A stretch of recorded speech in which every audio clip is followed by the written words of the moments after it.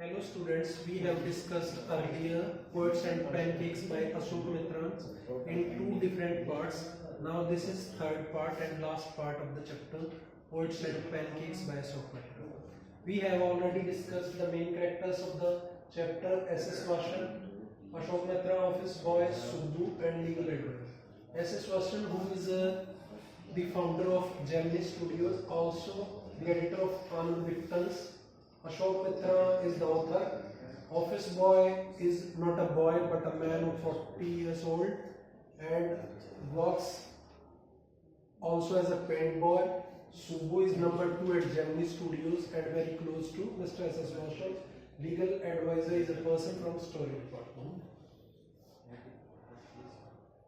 Starting itself, Ashok Mitra tells that this is an excerpt from My Years with Bose. In this, he narrates about the filmmaking at Gemini Studios. First, he gave a brief description of Pancakes, the makeup brand. He says that Greg Garbo and Vajanti Mala might have heard of this makeup brand, but Rati Agnihotri might not have heard about this makeup brand. Ashok मित्रा कहते हैं कि Gemini studios में जो film making है, जो real life और real life उसका कैसे है, क्या डिफरेंसेस है, वो शेयर करते हैं इसमें। शुरुआत में वो मेकअप ब्रांड पैनकेक्स के बारे में बताते हैं कि ग्रेट गार्बो और वैजंती माला ने जरूर सुना होगा इसके बारे में, लेकिन रति अग्निहोत्री ने नहीं सुना होगा। जो मेकअप रूम था जेमिनी स्टूडियोज में वो अपस्टेयर्स था, मतलब सीढ़ियां चढ़ के फर्स्ट फ्लोर पे, जो कहा जाता है कि रॉबर्ट क्लाइव का स्टेबल अस्तबल रहा होगा उसके घोड़ों का। और वहां पे जो मेकअप रूम था उसका इंचार्ज पहले एक बंगाली था, फिर एक महाराष्ट्रियन था, फिर एक कन्नड़ था। तो this shows national integration in Gemini studios during those days.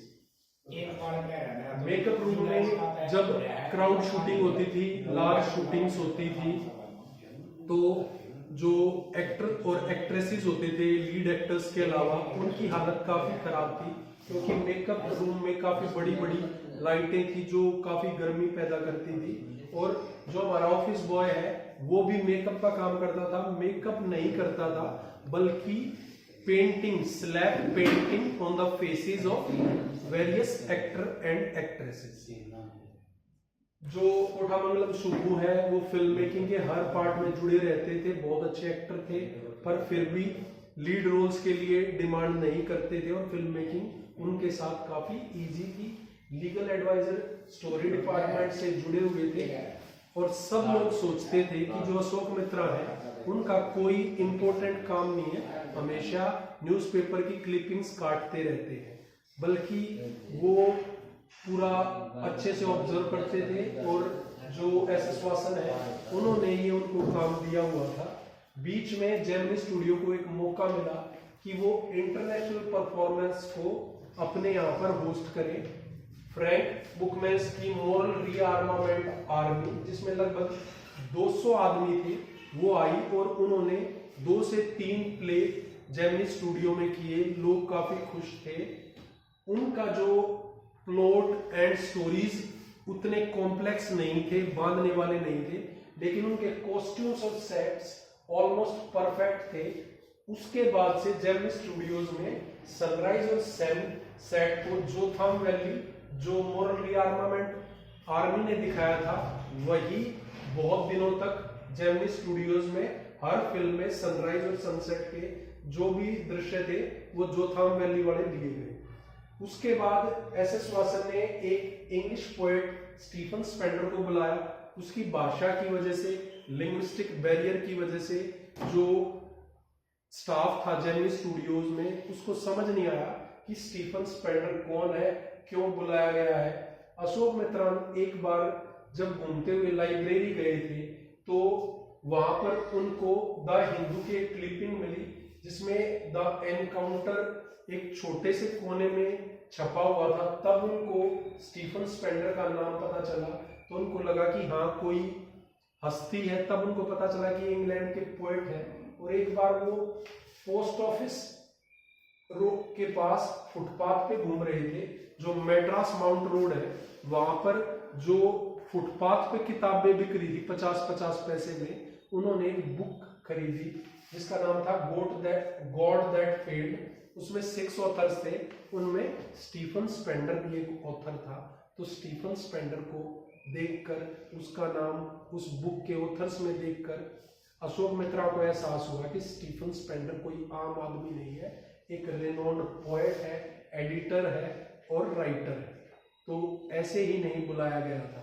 Thus we can summarize the whole chapter as this is all about national integration, how people from different origins, different states work together, whether they like or dislike each other.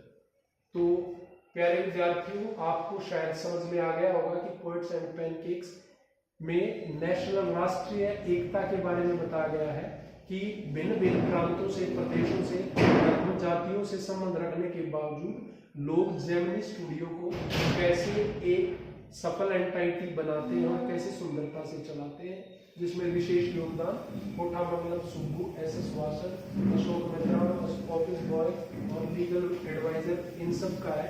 और Gemini studio की enrichment में moral rearmament army और Stephen Spender का भी काफी योगदान है।